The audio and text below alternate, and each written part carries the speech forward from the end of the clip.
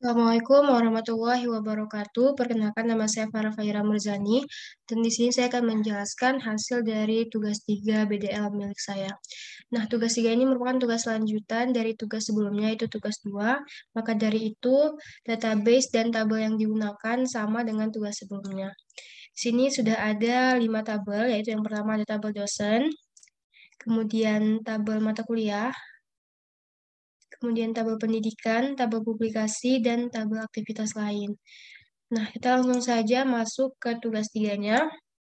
Nah, yang soal pertama diminta untuk membuat prosedur yang menampilkan NIP, nama, beserta jumlah mata kuliah yang diajar oleh dosen tertentu berdasarkan semesternya. Dan parameter prosedur ini adalah NIP dan semester. Maka untuk itu kita di sini harus membuat prosedur terlebih dahulu dengan sintaknya create or replace prosedur. Kemudian nama prosedur diberi nama soal 1 dan dibuat parameter PNIP dosen. PNIP dosen adalah variabel baru yang akan digunakan untuk memasukkan NIP dosen. Kemudian as. Kemudian di sini kita berikan NIP dosen dengan memasukkan tipe dosennya, tipe NIP dosennya. Kemudian juga nama underscore dosen kita ambil dari kolom nama dari tabel dosen, kemudian jumlah MK-nya. Maka dari begin ini, kita akan memilih 3 tabel, yaitu 3 kolom, yaitu kolom NIP, kolom nama, dan kolom nama MK dari tabel dosen yang di-inner join-kan dengan tabel mata kuliah, di mana yang disamakannya adalah pada bagian NIP-nya. Kemudian setelah itu kita print dengan menggunakan DBMS output line. Kemudian setelah itu, setelah kita berikan N, di compile dan prosedur berhasil di compile, setelah itu baru execute sesuai dengan yang kita inginkan. Di sini saya meminta untuk menampilkan NIP dosen 2099123 dan semesternya 3. Maka outputnya adalah dosen dengan NIP 2099123 adalah dosen Adi Nugroho dan jumlah mata kuliah yang diajar pada semester 3 adalah 2 mata kuliah. Kemudian nomor 2 diminta untuk memprosedur menampilkan semua aktivitas lain bagi masing-masing dosen dengan parameternya adalah NIP dosen.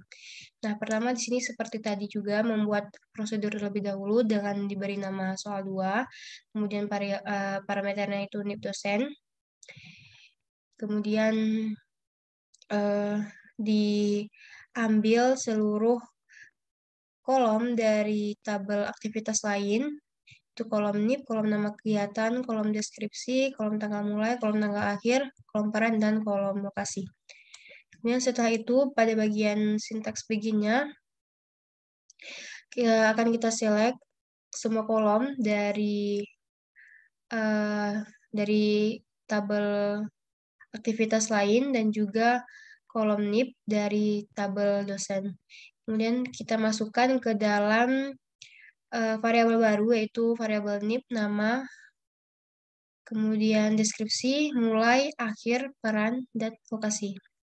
Setelah itu kita print menggunakan DBMS output line, baru setelah itu di end. Kemudian setelah prosedur berhasil di-compile, kita akan tampilkan dan menggunakan prosedur itu dengan perintah execute pada parameter NIP-nya itu 2099721. Maka kita akan melihat aktivitas yang dilakukan oleh dosen dengan NIP 2099721. Maka akan muncul outputnya NIP dosen tersebut tadi, kemudian nama kegiatannya apa, tanggal mulai, tanggal akhir, peran, dan lokasinya. Ini nomor 3 diminta untuk membuat sebuah prosedur yang akan menampilkan jumlah publikasi per tahun untuk setiap prodi dan fakultas. Dengan parameternya adalah prodi dan fakultas. Pada bagian membuat prosedur, kita create or replace prosedur dengan diberi nama soal 3. Kemudian parameternya tadi prodi dan fakultas yang diambil dari tabel dosen. Kemudian kita membuat variabel baru, yaitu variabel prodi dan variabel fac. Kemudian ada satu lagi variabel pupil. Itu kemudian pada bagian bagiannya akan diselect dari kolom prodi, kolom fakultas, dari tabel dosen, dan satu lagi kolom NIP dari tabel publikasi. Dan disamakan, kemudian di inner join tabel dosen dan tabel publikasi dengan disamakannya pada kolom NIP-nya. Kemudian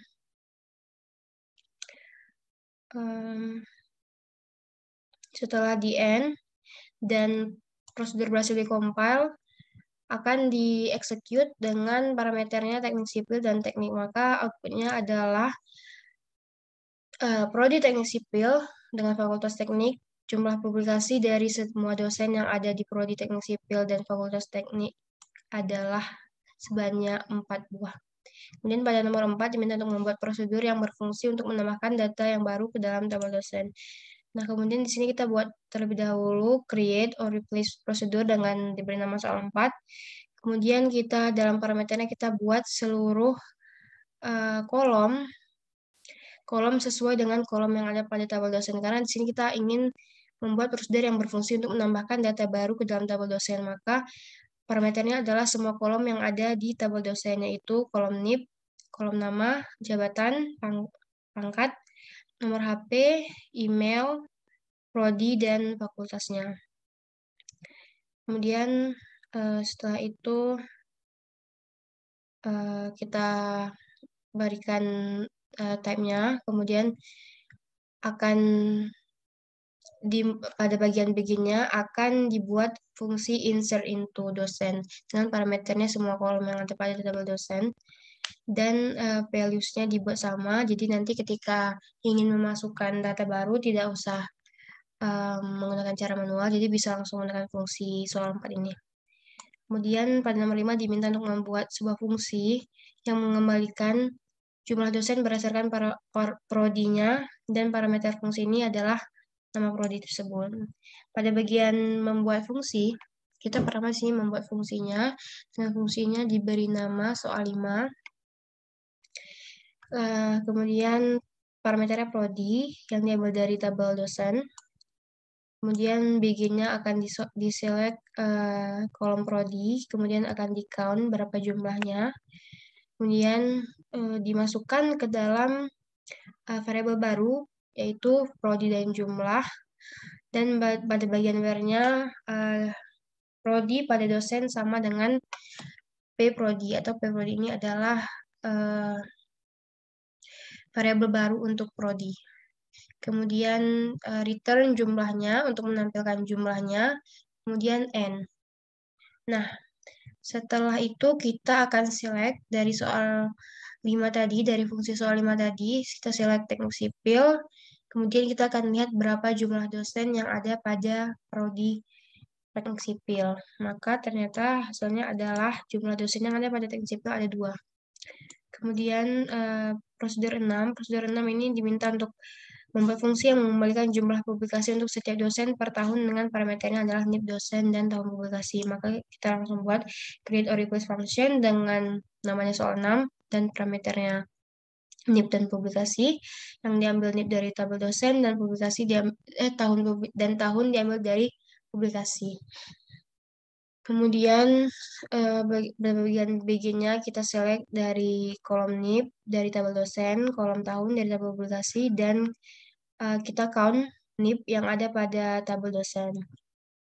Maka setelah di end dan berhasil di-compile programnya, kita select dari fungsi soal 6 tadi, dan parameternya kita masukkan NIP 2991123 pada tahun 2016.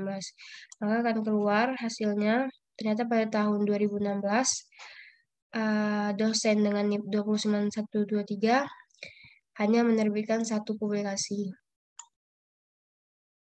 Kemudian buatlah fungsi untuk menampilkan jumlah dosen untuk setiap jenjang pendidikannya, untuk setiap prodi dan fakultas. Fungsi prosedur ini adalah parameter prosedur ini adalah jenjang, prodi, dan fakultas. Kita buat fungsinya dengan nama soal 7, kemudian sesuai parameternya, kemudian kita select dari kolom jenjang, kolom prodi, dan kolom fakultas, dan kolom NIP yang akan dipakaikan fungsi agregat, yaitu fungsi count.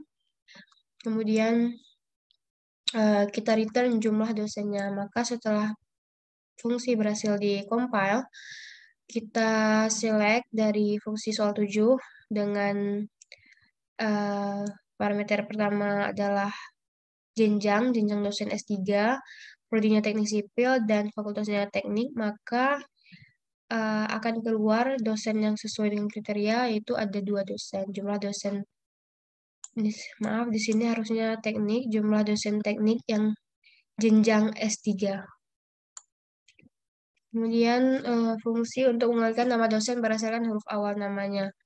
Nah, di sini kita buat fungsi dengan namanya soal 8, kemudian kita buat variabel baru itu variabel P huruf awal. Kemudian dari BG-nya itu dari nama, dari kolom nama, kita masukkan variabel baru itu nama underscore dosen dari tabel dosen, dan di mana namanya ini bisa kita tentukan berdasarkan huruf awalnya. Jadi kita gunakan simbol persen ini. Persen ini akan mencari sesuai dari huruf yang kita tulis. Kemudian di return nama dosennya. Kemudian setelah fungsi berhasil dikompil, kita select dari soal 8 itu T, maka dia akan mencari nama dosen yang berawal dari huruf T. Maka outputnya adalah nama dosen berawal dari huruf T adalah Tengku Abdullah. Nah, itu saja yang bisa saya dapat saya sampaikan. Mohon maaf apabila ada lebih dan kurang. Wabillahi taufiq wal hidayah. Wassalamualaikum warahmatullahi wabarakatuh.